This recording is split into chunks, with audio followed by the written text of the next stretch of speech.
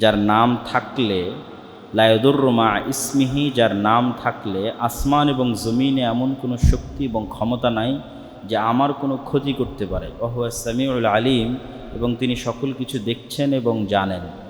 এই কথা যদি কেউ বলে তাহলে তাকে ক্ষতি করার মতো আর কোনো শক্তি এবং ক্ষমতা নেই, যে সারাদিন সন্ধ্যা পর্যন্ত, সন্ধ্যায় বললে সকাল পর্যন্ত আর কিছু তার ক্ষতি করতে পারবে না। তো আল্লাহ, শুধু এই নামটাই এতটা পাওয়ারফুল। তো আল্লাহ সুবহানাহু ওয়া তাআলার নাম আমরা বাহ্যিক আমাদের চলাফেরা থেকে কতটুকু গুরুত্বপূর্ণ সেটা বুঝালাম। এবার রাসূল সাল্লাল্লাহু আলাইহি ওয়াসাল্লামের হাদিস থেকে দেখি। রাসূল সাল্লাল্লাহু আলাইহি ওয়াসাল্লাম বলছেন যে, মান ক্বারা আয়াতাল কুরসি দুবুরা কুল্লি সালাতিন, কেউ যদি আয়াতুল কুরসি 5 ওয়াক্ত সালাতের পরে পাঠ করে তাহলে তার জান্নাতে যেতে তার মৃত্যুই বাধা।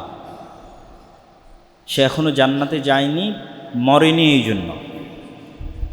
তো আয়াতুল কুরসিকে রাসূল সাল্লাল্লাহু আলাইহি ওয়াসাল্লাম সমগ্র কোরআনের সবচেয়ে মহান আয়াত বলেছেন।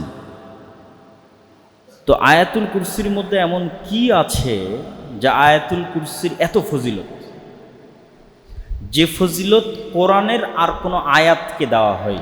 শুধু একটা আয়াত, যে আয়াত 5 ওয়াক্ত সালাতের পর তেলাওয়াত করলে জান্নাত যায়নি কেন? মরেনি তাই। যে আয়াত কোরআনের সবচেয়ে মহান আয়াত, যে আয়াত তেলাওয়াত করে যদি কেউ ঘুমায় তাহলে তার মাথার কাছে একজন ফেরেশতা থাকবে সকাল পর্যন্ত।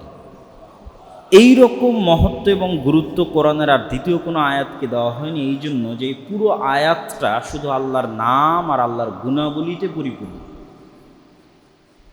কোরআনের আরও অসংখ্য আয়াত আছে যেখানে সালাতের আদেশ আছে, সিয়ামের আদেশ আছে, হজের আদেশ আছে, তালাক তাহলিলের বিধান আছে, কেয়াসের বিধান আছে, নবীদের জীবনী আছে। আর আয়াতুল কুরসিতে কি আছে? আল্লাহর নাম আছে আর আল্লাহর গুণ আছে। আল্লাহু লা ইলাহা ইল্লা হুয়াল হাইয়ুল কাইয়্যুম, শুরু হয়েছে আল্লাহ এই শব্দ দিয়ে।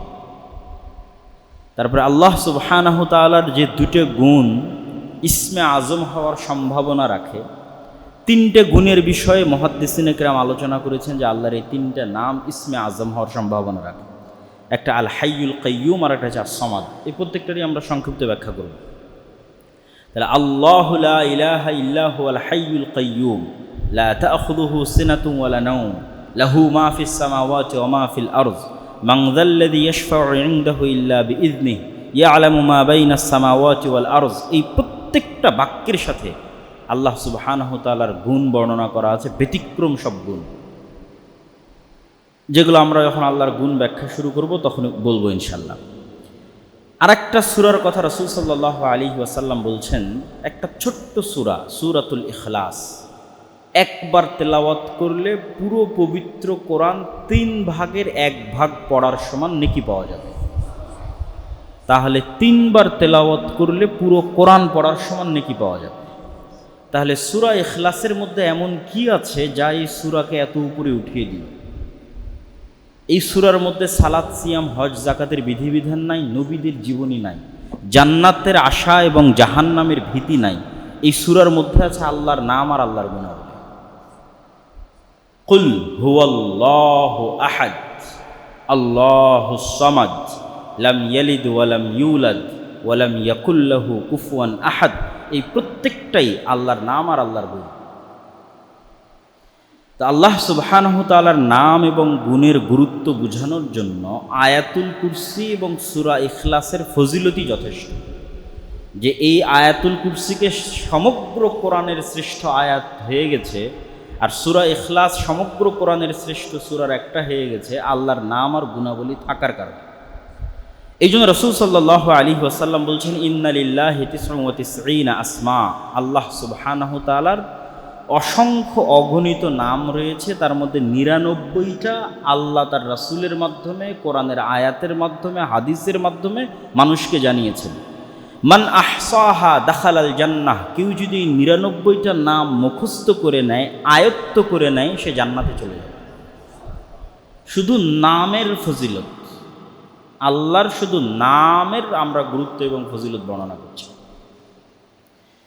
তো আল্লাহ সুবহানাহু ওয়া তাআলার নাম এবং গুণাবলী জানার উপকারটা আসলে কি? কেন আমাদের আল্লাহর নাম এবং গুণাবলী জানা উচিত? মহান আল্লাহ সুবহানাহু ওয়া তাআলার রুবুবিয়্যাত এবং উলুহিয়্যাত, আল্লাহ যে রব, সকল কিছুর সৃষ্টিকর্তা, লালন পালনকর্তা, আর ইলাহ, একমাত্র ইবাদতের যোগ্য, এটা মানুষ তখনই ভালোভাবে অনুভব করতে পারবে, হৃদয় দিয়ে ফিল করতে পারবে, যখন ও আল্লাহকে চিনবে, আল্লাহকে জানবে। জানেই না আল্লাহকে, চিনেই না আল্লাহ সুবহানাহু ওয়া তাআলার গুণাবলী কি, তাহলে তার অন্তরে উলুহিয়্যাতের জায়গা দখল করে নিবে, ভালোবাসা, বড়ত্ব, মহত্বের জায়গা দখল করে নিবে অন্য কেউ। কারো কাছে সেটা ঈসা আলাইহিস সালাতু ওয়াস সালাম, কারো কাছে মা কালী, মা দুর্গা, আর কারো কাছে মেসিও হতে পারে। অস্বাভাবিক কিছু না। কিন্তু যখন আল্লাহ সুবহানাহু ওয়া তাআলাকে চিনবে এবং জানবে, তখনই রব এবং ইলাহ হিসেবে আল্লাহকে মানাটা তার জন্য সহজ হবে। তো আপনি একটা মানুষকে চিনবেন কি দিয়ে? তার নাম দিয়ে।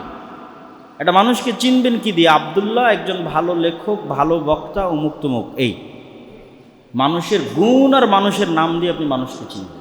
তো আল্লাহকে চিনবেন কি দিয়ে? আল্লাহর নাম, আল্লাহর গুণ দিয়ে। তো আল্লাহ সুবহানাহু ওয়া তাআলার নাম এবং গুণাবলীর বিস্তারিত ব্যাখ্যার আগে সংক্ষিপ্ত জাস্ট আল্লাহ সুবহানাহু ওয়া তাআলার সমগ্র নাম এবং গুণের সামারি আমি একদিক থেকে আপনাদেরকে একটু পড়ে শোনাই। তারপরে আমরা আল্লাহর গুরুত্বপূর্ণ কিছু নামের ব্যাখ্যায় যাব ইনশাআল্লাহ। আল্লাহ এক ও অদ্বিতীয়, তিনি অনাদি। অনাদি মানে যার কোনো আদি নাই। অনন্ত, ইনফাইনাইট মানে যার কোনো শেষ নাই। চিরন্তন, ইটারনাল, স্থায়ী। তিনি অমুখাপেক্ষী, তথা কারো মুখাপেক্ষী তিনি নন, তার কোনো সাহায্যকারী লাগে না। তিনি সকল দুর্বলতা থেকে পবিত্র, সকল প্রয়োজন থেকে পবিত্র। দুর্বলতার মধ্যে আছে ঘুম, তন্দ্রা, ক্লান্তি। প্রয়োজনের মধ্যে আছে খাওয়া, যত ধরনের প্রয়োজন মানুষের হয়। তার সন্তান, তার পিতা নাই, এগুলোও প্রয়োজন, এগুলো থেকেও পবিত্র। তার ঘুম, খাওয়া, বিশ্রাম, কোনো কিছুর প্রয়োজন হয় না। তিনি কোনো কিছুর সদৃশ নন, যে কোনো কিছুর সাথে মিলবে হুবহু, এরকম নন। তিনি সত্তাগতভাবে আসমানের উপর আরশে আজিমে সমুন্নত, তবে তার জ্ঞান এবং তার ক্ষমতা এবং তার রহমত সারা পৃথিবীর সকল সৃষ্টিজীবকে ঘিরে রেখেছে। আসমান এবং জমিনের প্রতিটি ইঞ্চিতে একমাত্র তারই একচ্ছত্র রাজত্ব ক্ষমতা বিদ্যমান। সকল সৃষ্টিজীব ইচ্ছায় অথবা অনিচ্ছায় তার অনুগত, বাধ্যগত অবস্থাতেও তার অনুগত। সকল সৃষ্টিজীব তার তাসবিহ পাঠ করে, তার দিকেই ফিরে যায়। তিনি তার সকল সৃষ্টিজীবের চেয়ে বড়, শক্তিশালী, মহান। তিনি যা ইচ্ছা তাই করতে পারেন। সকল কিছুর উপর তিনি ক্ষমতাবান। তিনি সকল কিছু জানেন, এমনকি মানুষের অন্তরের খবরও জানেন। তিনি একই সাথে তার সকল সৃষ্টিজীবের সকল কথা শোনেন এবং সকল সৃষ্টিজীবকে দেখেন। অন্ধকার রাতে কালো পাথরের উপর চলা কালো পিঁপড়াকেও তিনি দেখতে পান। তিনি সকল কিছু অত্যন্ত সুচারুরূপে পরিচালনা করেন। তার পরিচালনার নির্দিষ্ট সিস্টেম আছে, যে সিস্টেমগুলোর মূল দায়িত্ব ফেরেশতারা পালন করে। ফেরেশতারাই তার সেনাবাহিনী। তিনি সরাসরি ফেরেশতাদের সাথে কথা বলেন, নবীদের সাথেও কথা বলেন। তার চেহারার নূরের প্রভাবেই সমগ্র আসমান, জমিন, সূর্য, মহাবিশ্ব আলোকিত। তার কাজে কোনো ভুল ত্রুটি এবং কোনো কমতি নাই। তার ম্যানেজমেন্ট সিস্টেম অত্যন্ত সূক্ষ্ম। তিনি সর্বোচ্চ ন্যায়পরায়ণ এবং সর্বোচ্চ প্রজ্ঞাময়। মহান আল্লাহর সৃষ্টির ক্ষমতা আছে, এই জন্য তিনি সৃষ্টি করেন। সৃষ্টি করার জন্য তিনি তার ইচ্ছা এবং তার আদেশই যথেষ্ট কোনো কিছু সৃষ্টি করার জন্য। যেহেতু তার জ্ঞান এবং হিকমত আছে, সেহেতু তিনি ইচ্ছা করলে নির্ভুলভাবে এবং সুচারুরূপে সৃষ্টি করেন। সৃষ্টিজীব যেহেতু দুর্বল, সেহেতু সৃষ্টিজীব ভুল করতেই পারে। এই জন্য মহান আল্লাহ ক্ষমার ব্যবস্থা রেখেছেন, কেননা তিনি দয়ালু। তার দয়ার কারণেই তিনি ক্ষমাশীল। মহান আল্লাহ অজ্ঞতা বা অক্ষমতার কারণে কাউকে ক্ষমা করেন না, যে না ওকে ধরতে পারলাম না তাই ছেড়ে দিলাম, ওকে মারতে পারলাম না তাই ছেড়ে দিলাম না, জানি না ও একটা ভুল করেছে, জানি না তাই ছেড়ে দিলাম না। অজ্ঞতা এবং অক্ষমতার কাউ কোনো ছেড়ে দেন না। পূর্ণ ক্ষমতা থাকার পরেই ক্ষমা করেন। পূর্ণ ক্ষমতা আছে শাস্তি বাস্তবায়নের, কিন্তু তারপরও ক্ষমা করে দেন। এই জন্যই তিনি মহান। কল্যাণকর কাজ মহান আল্লাহর নিকটে প্রিয়, আবার সেই কল্যাণের উত্তম প্রতিদান দেওয়াও মহান আল্লাহর নিকটে প্রিয়। অকল্যাণকর কাজ মহান আল্লাহর কাছে প্রিয় নয়, তবে অকল্যাণকর কাজ কেউ করলে ওটা ক্ষমা করা মহান আল্লাহর কাছে প্রিয়। ন্যায়ের সাথে এবং হিকমতের সাথে শাস্তি বাস্তবায়ন করাও আল্লাহর কাছে প্রিয়। আল্লাহ শাস্তি বাস্তবায়ন করলে তিনি ন্যায়পরায়ণ এবং সত্যবাদী, এই কারণে শাস্তি বাস্তবায়ন করেন। কারো উপর থেকে প্রতিশোধ নেবেন এই কারণে শাস্তি বাস্তবায়ন করেন না, ন্যায় প্রতিষ্ঠা করতে গিয়ে শাস্তি বাস্তবায়ন করেন। আর শাস্তি বাস্তবায়ন না করে ক্ষমা করে দিলে উনি ক্ষমাশীল আর দয়ালু, এই কারণে ক্ষমা করে দেন। আল্লাহর প্রতিটি আদেশ কল্যাণকর, কেননা তিনি প্রজ্ঞাময়। আল্লাহর প্রতিটি প্রতিদান তার ন্যায়পরায়ণতা এবং তার দয়া। মানুষ জাহান্নামে গেলে আল্লাহর ন্যায়পরায়ণতার কারণে জাহান্নামে যাবে, আর মানুষ জান্নাতে গেলে শুধু আল্লাহর দয়ার কারণে জান্নাতে যাবে। তিনি শাস্তি প্রদান করতে পারেন, তবে শাস্তি প্রদানকারী তার নাম নয়। কেন? তিনি সবসময় শাস্তি প্রদান করেন না। কিন্তু আল্লাহর নাম দয়ালু, কেননা তিনি সবসময় দয়া করেন। শাস্তির ক্ষেত্রে তার ক্ষমতা থাকলেও তিনি সবসময় করেন না। একমাত্র যখন তার হিকমাহ এবং তার ন্যায়পরায়ণতা আহ্বান করে ন্যায় প্রতিষ্ঠার জন্য, তখন ন্যায় প্রতিষ্ঠার খাতিরে হিকমতের কারণে তিনি শাস্তি বাস্তবায়ন করেন। আর এই জন্যই তিনি হাকিম। কখন কি করতে হবে তা তিনি খুব ভালোভাবেই জানেন। আর তিনি শাস্তি প্রয়োগ করলেও হুট করে প্রয়োগ করেন না, প্রয়োগের প্রেক্ষাপট তৈরি করেন। প্রেক্ষাপটই স্বাভাবিক গতিতে সেই শাস্তির দিকে এগিয়ে নিয়ে যায়। এই জন্যই তিনি লতিফ তথা সব কিছু খুব সূক্ষ্মভাবে বাস্তবায়ন করেন। আল্লাহ সুবহানাহু তাআলার গুণগুলো প্রমাণ করে যে আল্লাহ সুবহানাহু তাআলা কখনোই অযৌক্তিক, অসামাজিক বা মানুষের জন্য ক্ষতিকর হতে পারে এরকম কোনো আদেশ তিনি প্রদান করতে পারেন না। আল্লাহ প্রত্যেক যে কাজের আদেশ করেছেন তা মানুষের জন্য কল্যাণকর, আর প্রত্যেক যে কাজ থেকে মানুষকে নিষেধ করেছেন তা মানুষের জন্য অকল্যাণকর। মহান আল্লাহর আদেশ এবং নিষেধ মানার ক্ষেত্রে আল্লাহর নিজের কোনো প্রয়োজন নাই। মানুষের অধীনস্থ কর্মচারী মানুষের কথা শুনবে, এতে মানুষের নিজের প্রয়োজন আছে। কোম্পানির ব্র্যান্ড, সুনাম, সুখ্যাতি, ইনকাম ইত্যাদির কারণেই মানুষ চায় যে তার অধীনস্থ কর্মচারী তার কথা শুনুক। কিন্তু আল্লাহর কোনো প্রয়োজন আছে এই জন্য আল্লাহ চান যে মানুষ তার কথা শুনুক না, আল্লাহর কোনোই প্রয়োজন নাই। বরং মানুষ আল্লাহর কথা শুনতে বাধ্য মানুষের নিজের প্রয়োজনে। মানুষের নিজের কল্যাণ এবং নিজের অকল্যাণ যুক্ত আছে আল্লাহর কথা শোনা এবং না শোনাতে। আর মহান আল্লাহ সুবহানাহু তাআলার এই যে সারমর্ম এবং গুণগুলো আমরা আলোচনা করলাম, এই গুণগুলোর মধ্যে কিছু কিছু গুণের আমরা ব্যাখ্যা করব আল্লাহ সুবহানাহু তাআলার। তবে এই গুণগুলো থেকে আমাদের শিক্ষা কি? তিনটে শিক্ষা আমাদের গ্রহণ করতে হবে। গুণগুলোর ব্যাখ্যা করার আগেই শিক্ষাটা বলে নিই। 1 নম্বর, আল্লাহ সুবহানাহু তাআলার গুণ মুখস্থ করা। 2 নম্বর, আল্লাহ সুবহানাহু তাআলার গুণের অর্থ বোঝার চেষ্টা করা। 3 নম্বর, আল্লাহর নাম এবং গুণের ইবাদত করা। কেমনে আল্লাহর নাম এবং গুণের ইবাদত হবে? 2 ভাবে ইবাদত হবে। 1, যখন যে অবস্থায় আছেন তখন সে অবস্থার ভিত্তিতে আল্লাহর ওই নামের উসিলা দিয়ে আল্লাহর কাছে সাহায্য চাওয়া। যেমন আপনার রিজিক দরকার, তাহলে আল্লাহর একটা নাম আছে রাজ্জাক, এই নাম দিয়ে তখন আপনি আল্লাহর কাছে রিজিক চাইলেন। আপনার দয়া দরকার, আল্লাহর একটা নাম আছে রহমান, রাহিম, ওইটা দিয়ে আপনি আল্লাহর কাছে সাহায্য চাইলেন। আপনার ক্ষমা দরকার, আল্লাহর একটা নাম আছে গফুর, ক্ষমাশীল, ওইটা দিয়ে আপনি আল্লাহর কাছে সাহায্য চাইলেন, ক্ষমা চাইলেন। এটা একটা ইবাদত। আরেকটা ইবাদত কি? আরেকটা ইবাদত হচ্ছে আল্লাহর গুণগুলো বুঝে সেই অনুযায়ী সতর্ক থাকা।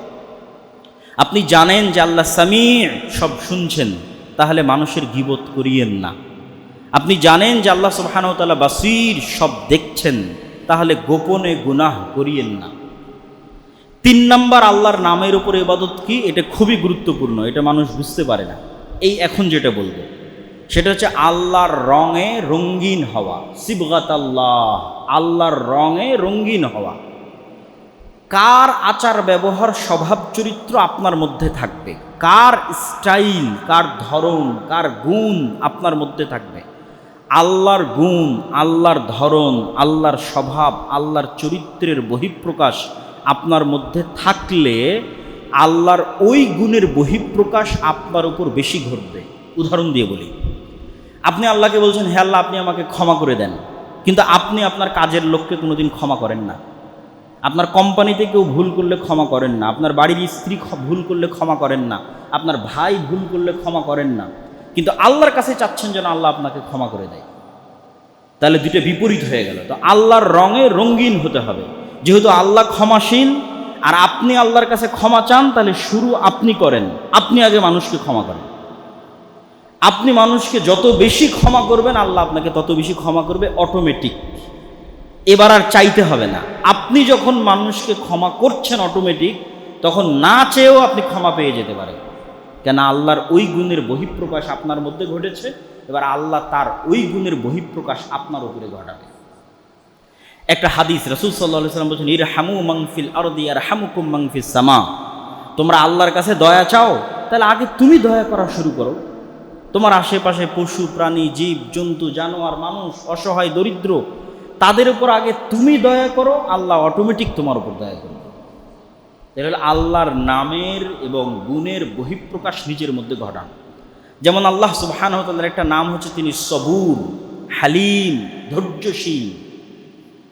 আপনি চান যে আল্লাহ আপনার ক্ষেত্রেও ধৈর্যের বহিঃপ্রকাশ ঘটাক, কিন্তু আপনি নিজে ধৈর্য ধারণ করেন না। তো এই নামগুলোর ব্যাখ্যা আমরা আস্তে আস্তে আসবো। তো আল্লাহ সুবহানাহু ওয়া তাআলার নামের উপর ইবাদত করার সর্বশেষ অপশনটা কি? আল্লাহর গুণের বহিঃপ্রকাশ, যেগুলো নিজের মধ্যে আনা সম্ভব নিয়ে আসা। আপনি চান যে আল্লাহ আপনার টাকা পয়সা বাড়িয়ে দিক, তো আপনি আর যত মানুষের রিজিকের ব্যবস্থা করবেন, আল্লাহ আপনার হাত দিয়ে তত মানুষের রিজিকের ব্যবস্থা করে দেবেন। তাহলে অটোমেটিক আপনার টাকা বাড়বে। তাহলে আপনি যত বেশি মানুষের রিজিকের দায়িত্ব নেবেন, আল্লাহ তার রাজ্জাক হওয়ার গুণ আপনার উপর তত বেশি বহিঃপ্রকাশ ঘটাবে। যে আল্লাহ রাজ্জাক, ইয়ারযুকু মান ইয়াশা বিগাইরি হিসাব, যাকে ইচ্ছা তাকে বেহিসাব রিজিক দান করতে পারেন। এই গুণের বহিঃপ্রকাশ ঘটাবে। আল্লাহ সুবহানাহু ওয়া তাআলার নাম এবং গুণের মধ্যে আমরা প্রথমেই আলোচনা করেছি যে আল্লাহ এই নামটা প্রপার নাউন, কোনো ল্যাঙ্গুয়েজে ট্রান্সলেশন সম্ভব নয়, এবং এটা আল্লাহর সর্বশ্রেষ্ঠ এবং সর্বোচ্চ সবচেয়ে মহান নাম।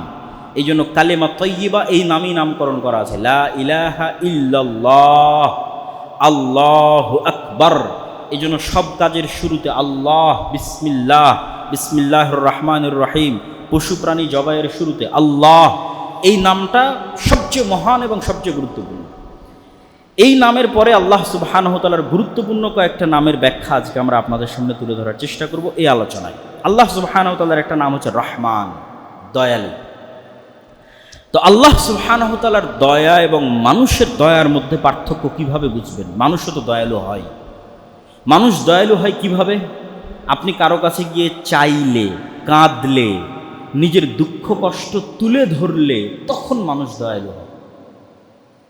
যে আমি এই বিপদে পড়েছি, আমার টাকা পয়সা হারিয়ে গেছে, আমার বাচ্চা অ্যাক্সিডেন্ট করে অসুস্থ অবস্থায় মেডিকেলে আছে, প্রকাশ করতে হয় যে আমি এই অবস্থায় আছি, আমাকে সহযোগিতা করেন। তখন মানুষের অন্তরে দয়া তৈরি হয়। 2 নম্বর, মানুষের কাছে আপনি যদি সাহায্য চান, তাহলে হয়তো একবার দিতে পারে, 2 বার দিতে পারে, কিন্তু বারবার চাইলে বিরক্ত হয়, রেগে যায়, বিতাড়িত করে দেয়। আর আল্লাহ সুবহানাহু ওয়া তাআলার দয়া এগুলোর থেকে এতটাই ব্যতিক্রম যে আল্লাহ সুবহানাহু ওয়া তাআলার কাছে না চাইলে রাগ করে, আর যত চাওয়া হয় তত খুশি হয়। আল্লাহু আকবার। মানুষের কাছে চাইলে মানুষ রাগ করে, আল্লাহ সুবহানাহু ওয়া তাআলার কাছে যত চাইবেন তত খুশি হবে। চাইবেন না তবে রাগ করবে যে কেন চাইল না। তাহলে কতটা বিপরীত। এই জন্য রাসূল সাল্লাল্লাহু আলাইহি ওয়াসাল্লাম আমাদেরকে যে আদেশ দিয়েছেন, সে হাদিসগুলো আমি পড়ব, রাসূল সাল্লাল্লাহু আলাইহি ওয়াসাল্লামের হাদিস। তার আগে আরও কয়েকটা বিষয় দেখে নিই। যে সমগ্র পৃথিবী যত রকমের দয়ার উপর নির্ভরশীল, যেমন আমরা যখন মায়ের কোলে ছিলাম, তখন মায়ের অন্তরে যদি দয়া তৈরি না হতো, তাহলে আমাদের বড় হওয়ার সুযোগই ছিল না, মরে যেতে হতো। মায়ের অন্তরে দয়া তৈরি হয়েছে দেখে তিনি দুধ দিয়েছেন, পেশাব পায়খানা করেছি তখন পরিষ্কার করেছেন, দেখেছেন। এরকম সৃষ্টিজীবের সকল পশু প্রাণী একজন আরেকজনের দয়ার উপর নির্ভরশীল। ডলফিন যখন অসুস্থ হয়, তখন আর 10টা ডলফিন মাছকে উপরে তুলে রাখে যাতে ও একটু নিঃশ্বাস নিতে পারে। যখন কোনো হাতি বিপদগ্রস্ত হয়, তখন হাতির মায়েরা একসাথে একদল হয়ে তাকে গিয়ে বাঁচানোর চেষ্টা করে। এরকম যত প্রাণী আছে আমাদের আশেপাশে দেখবেন প্রত্যেকটাই তার সন্তানের প্রতি কী পরিমাণ দয়াশীল, ভালোবাসা, মহব্বত। তো রাসূল সাল্লাল্লাহু আলাইহি ওয়াসাল্লাম বলছেন, সারা পৃথিবী যত দয়ার উপর টিকে আছে, এই সকল দয়া মহান আল্লাহর 1% দয়ার কারণে এরা পরস্পরের উপর দয়াশীল। আল্লাহ তার 1% দয়া পৃথিবীর মধ্যে বন্টন করে দিয়েছেন, আর 99টা দয়া আল্লাহ সুবহানাহু ওয়া তাআলা তার কাছে রেখে দিয়েছেন, কিয়ামতের মাঠে বহিঃপ্রকাশ ঘটাবেন। আল্লাহু আকবার। রাসূল সাল্লাল্লাহু আলাইহি ওয়াসাল্লামের হাদিসগুলো বলি আল্লাহর দয়া সম্পর্কে। আবু হুরায়রা রাদিয়াল্লাহু তাআলা থেকে বর্ণিত, তিনি বলেন, রাসূল সাল্লাল্লাহু আলাইহি ওয়াসাল্লাম বলেছেন, মান লাম ইয়াসআলিল্লাহ ইয়াগদাব আলাইহি, যে আল্লাহর কাছে চায় না আল্লাহ ওর উপর রাগ করেন। রাসূল সাল্লাল্লাহু আলাইহি ওয়াসাল্লাম বলেন, আনাস বিন মালিক থেকে বর্ণিত, লা ইয়াসআলু আহাদুকুম রাব্বাহ হাজাতাহু কুল্লাহা, তোমাদের সবাই যেন তাদের প্রত্যেকটা প্রয়োজনের কথা আগে আল্লাহকে বলে। হাত্তা শিসা না আলিহি ইযান কাতা, যদি ওর পায়ের জুতার ফিতাও ছিঁড়ে যায় তাহলে আগে যেন আল্লাহকে বলে, আল্লাহ আমার পায়ের জুতার ফিতাটা আপনি ঠিক করে দেন। এই পরিমাণে যেন সে আল্লাহর কাছে চাইতে অভ্যস্ত হয়। কিন্তু দেখবেন মানুষ আল্লাহর কাছে না চেয়ে বড় বড় প্রশাসনের হর্তাকর্তা, ঘুষের লেনদেন, টেবিলের নিচ দিয়ে লেনদেন, মাথা নত করা, ওই জায়গাগুলোতে মানুষ আগে কড়া নাড়ায়, কিন্তু রব্বুল আলামিনের কাছে ফিরে যেতে চায় না। অথচ আল্লাহ সুবহানাহু ওয়া তাআলার রহমত, ওয়াসিআত কুল্লা শাইইন রাহমাহ, রহমানের দয়া থেকে পৃথিবীর একটা সৃষ্টি জীব মুক্ত নয়। কাফের, মুশরিক, ইহুদি, নাসারা, হিন্দু, বৌদ্ধ, খ্রিস্টান, সবার উপর রহমানের দয়া সমানভাবে। রাহিমের দয়া নয়, রাহিমের দয়া শুধু মুমিনদের জন্য, নবীদের জন্য, রাসূলদের জন্য, সিদ্দিকদের জন্য। কিন্তু কমন দয়া যেটা রহমানের দয়া, খেতে পাবে, চলতে পাবে, ফিরতে পাবে, শ্বাস প্রশ্বাস নিতে পারবে, এই দয়া সবার উপর। কেউ যদি আল্লাহকে গালি দেয় তার উপর আল্লাহর দয়া আছে, রহমানের দয়া আছে। ওমর ইবনুল খাত্তাব রাদিয়াল্লাহু তাআলা আনহু থেকে বর্ণিত, তিনি বলেন, একদিন কিছু বন্দীকে নিয়ে আসা হলো। তার মধ্যে একজন মহিলা অস্থিরভাবে তার ছোট্ট শিশুকে খুঁজতেছিল। যখন সে ছোট্ট শিশুটাকে পেল, ফাল জাকাতহু বিবাতনিহা ওয়ারদাআতহু, বুকের সাথে জড়িয়ে নিয়ে তাকে দুধ পান করাতে লাগলো। তখন রাসূল সাল্লাল্লাহু আলাইহি ওয়াসাল্লাম বললেন, আতারাউনা হাদিহিল মারআ তারিহাতান ওয়ালাদাহা ফিন্নার, তোমরা কি মনে করো হে সাহাবীরা, এই মহিলা তার বাচ্চাকে আগুনে নিক্ষেপ করতে পারে? তখন সাহাবীরা বলল, লা ওয়াল্লাহ, অসম্ভব, যে মা তার সন্তানকে এত ভালোবাসে সে কেমনে তার সন্তানকে আগুনে নিক্ষেপ করবে? ওয়াহিয়া তাকদিরু আলা আল্লাহ তাতরাহ, ফাকাল রাসূলুল্লাহ সাল্লাল্লাহু আলাইহি ওয়াসাল্লাম, আল্লাহু আরহামু বিইবাদি মিন হাযিহি বিওয়ালাদিহা, এই মা তার সন্তানকে যত ভালোবাসে আল্লাহ তার বান্দাদেরকে তার চেয়ে বেশি ভালোবাসে। এটা হচ্ছে আল্লাহ সুবহানাহু ওয়া তাআলার দয়া।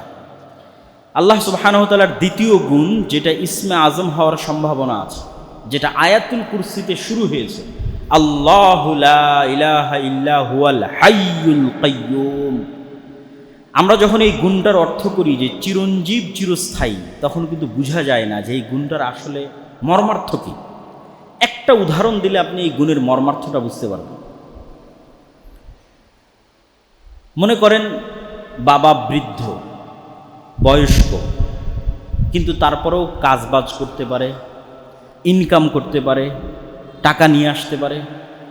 তো এরকম সময়ে ছেলে খুব হতাশ, বাবার ছেলে খুব হতাশ, কেমনে পড়াশোনা করবে, কেমনে শিক্ষা অর্জন করবে, কেমনে বিদেশে যাবে, টাকা পয়সা কেমনে উপার্জন করবে।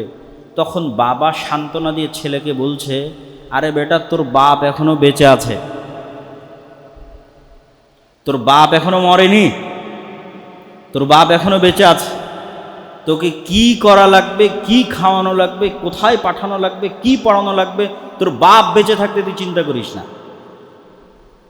তো মানুষ যে আর এক মানুষকে চ্যালেঞ্জ দেয় যে আমি কিন্তু এখনো বেঁচে আছি, মরিনি রে, তো আল্লাহ বলছে, আল্লাহু লা ইলাহা ইল্লা হুয়াল হাইয়ুল কাইয়্যুম।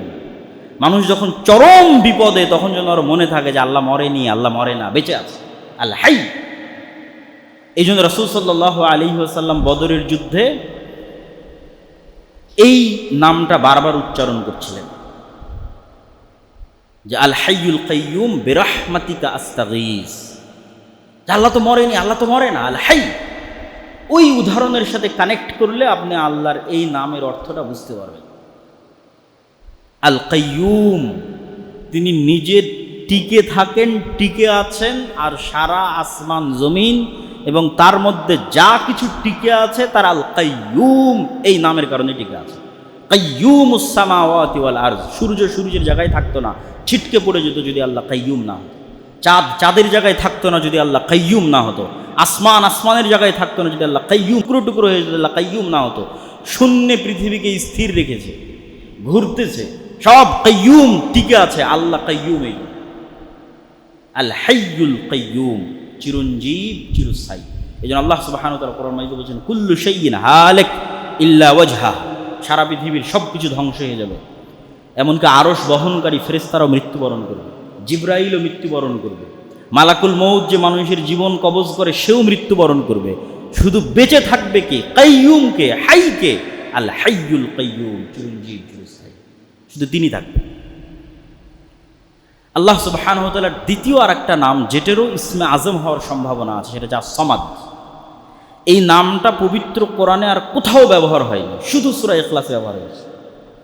এবং ধারণা করা হয় যে শুধু এই নামটার কারণে, আস-সামাদ এই নামটার কারণে সূরা ইখলাসের এত ফজিলত।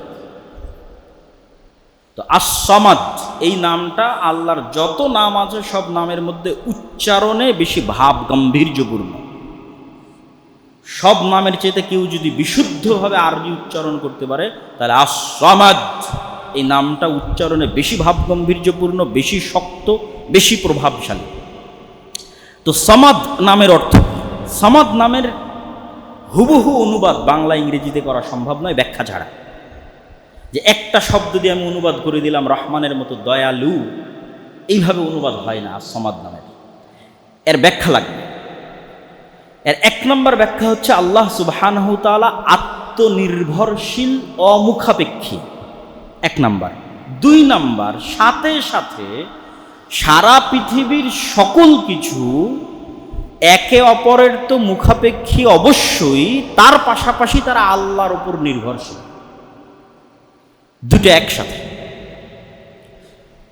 ঈসা আলাইহিস সালাতু ওয়াস সালামও তার মায়ের মুখাপেক্ষী, মায়ের দুধ খেয়ে তিনি বড় হয়েছে। তাকে ঘুমাতে হতো, তাকে খেতে হতো। পৃথিবীর যত উলুহিয়তের দাবিদার আছে, যারা নিজেকে ইলাহ দাবি করে, তাদেরকে এই এক নাম দিয়ে আপনি পরীক্ষা করতে পারবেন ও আস-সামাদ কিনা। আত্মনির্ভরশীল, স্বয়ং সম্পূর্ণ, অমুখাপেক্ষী, শতভাগ কিনা, শতভাগ। না খেয়ে থাকতে পারবে কিনা, কতদিন? না ঘুমিয়ে থাকতে পারবে কিনা, কতদিন? ছোটবেলায় মা ছাড়া বড় হতে পারলো কিনা, কতদিন? সে যে হোক, যত বড় অলি, আউলিয়া, নবী, রাসূল, পীর, বুজুর্গ যেই হোক, সব যারা ইবাদতের যোগ্য বা মানুষ মনে করে সে ইবাদতের যোগ্য, তাদেরকে পরীক্ষা করতে হবে আস-সামাদ এই নাম দিয়ে। এই নামের শেষ যেটা ব্যাখ্যা সেটা হচ্ছে বাধ্যগত, চাক অথবা না চাক, ইচ্ছা হোক অথবা অনিচ্ছা হোক, আল্লাহর কাফের হোক অথবা